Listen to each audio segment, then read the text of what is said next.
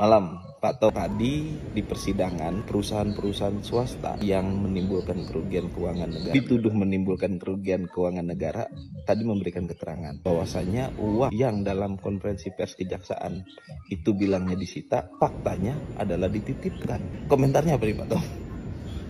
Jadi memang setahu saya ya, itu adalah semacam bentuk jaminan ya, berbentuk tunai yang dititipkan oleh para industri swasta gula ya, ke rekening Jampitsus di Bank Mandiri sebagai bentuk itikat baik ya. Jadi itu bukan uang hasil kerugian negara ya, yang kemudian disita, tapi semacam deposit atau tadi ada manajer akuntansi bilang kayak uang muka ya, uang muka.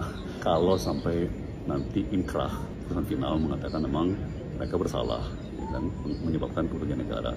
Dan sampai sekarang ternyata belum terbukti. Jadi memang itu bukan uang hasil kerugian negara yang disita, tapi Uang sekedar titipan. jaminan, uang titipan sebagai jaminan kalau nanti terbukti. Oh, ini para ahli hukum, dosen-dosen hukum, mau nanya dong, ada kewenangan jaksa nggak sih ya dalam menerima titipan? Karena seharusnya kalau ada kerugian negara kan disita aja, nggak usah dititipin ya. Tapi saya juga bingung nih, coba dong komentarnya nih, para ahli hukum pidana, jasa titipan, abang maksudnya uang penitipan yang ada di jaksa itu seperti apa ya aturannya? Tolong komentar, kita tunggu ya masukannya.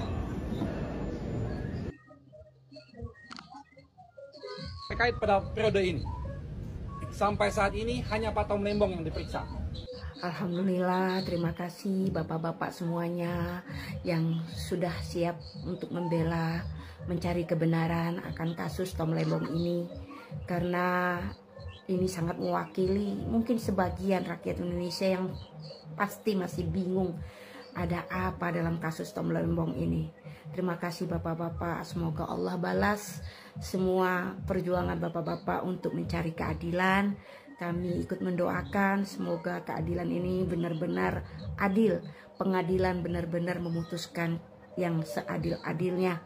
Karena kasus Tom Lembong ini benar-benar membuat kita bertanya-bertanya, bingung.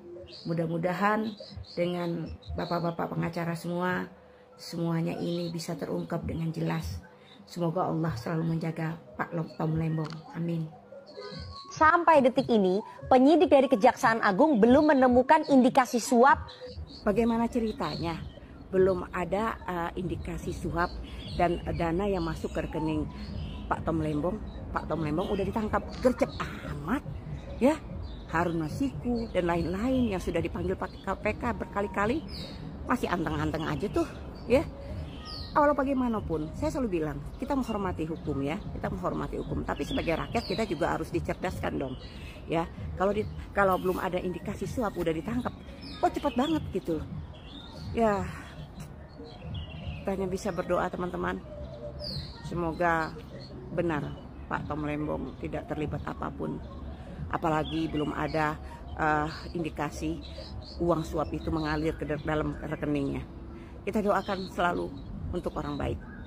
Semoga Pak Tom Lembong kuat menghadapi semua ini. Awalnya kan ketika perkara ini muncul, saya menugaskan lawyer-lawyer di kantor saya untuk proaktif, untuk menghubungi pihak kejaksaan.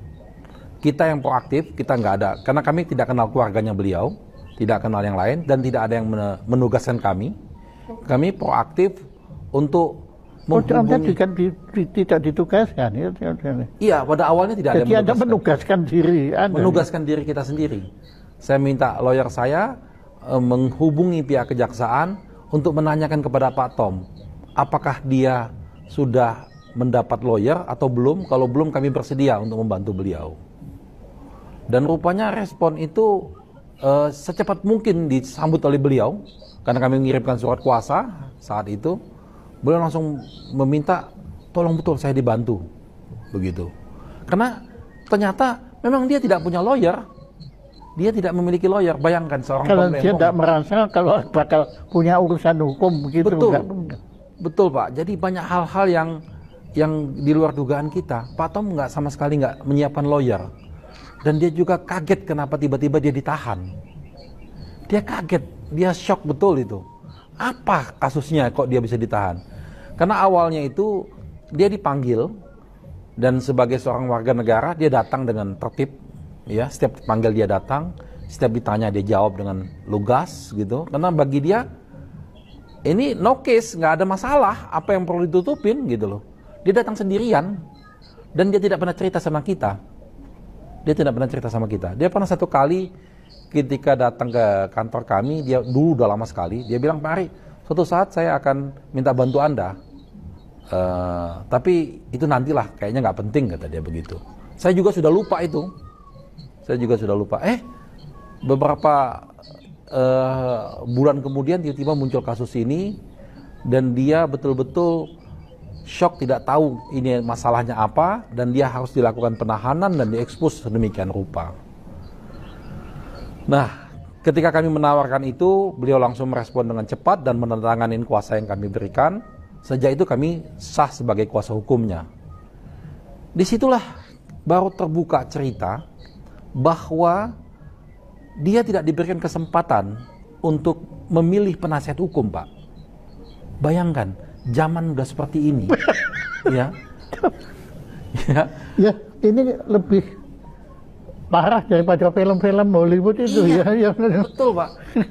Jadi ini zaman seperti ini, kok orang seperti Tom Lembong tidak diberikan kesempatan untuk memilih penasihat hukumnya. Atau justru karena dia Tom Lembong, maka dia tidak diberi kesempatan. I think so, mungkin juga, Pak. Iya, toh. Mungkin juga begitu. Iya. Jadi tiba-tiba dia ditetapkan tersangka dan dia melakukan penahanan, lalu dia dipaksa, tanda kutip, untuk memilih penasihat hukum yang ditunjuk oleh pihak kejaksaan, oleh penyidik. Dan dia tidak ngerti apa-apa. Dia tidak ngerti apa-apa. Dia ini kan tidak pernah, bayangkan ya, seorang Tom Lembong itu satu kali pun tidak pernah berurusan dengan hukum. Masalah tilang pun dia nggak pernah. Tilang pun nggak pernah. Ini tiba-tiba kasus yang besar seperti ini. Jadi dia ikut aja, dan itu kita protes. Kami protes keras. Tapi kondisi emosional beliau bagaimana, Pak? Setelah beliau menghadapi sesuatu yang tidak terduga dan bahkan nyaris tidak masuk akal. Saya juga. Apakah beliau bisa legowo, ikhlas menerima, atau ada pemberontakan juga pada kalau Anda lihat itu? Saya tidak berani menerjemahkan, Pak. Tapi yang saya lihat adalah dia tidak panik. Itu yang juga, bayangkan seorang yang tidak pernah kena kasus hukum, tiba-tiba bermasalah dengan hukum, masuk tahanan, tentunya kan panik. Saya banyak menanganin klien, Pak. Saya puluhan, ratusan mungkin klien yang sudah kita tangani, kita tahu orang sehebat apapun ketika masuk penjara itu panik. Dia tidak panik. Kalau gitu saya minimal sudah tahu kalau pada suatu hari saya ada urusan, saya panggil Anda. Anda pasti bantu saya untuk tidak panik. Terima kasih, Pak. Dia tidak panik, dia tegar, bahkan dia sempat senyum gitu loh. Yang saya juga heran itu dia sempat senyum. Oh, jadi dia anggap ini lelucon begitu ya? Iya, dia ini nggak ada apa-apa. Apa yang saya takutkan gitu loh, gitu.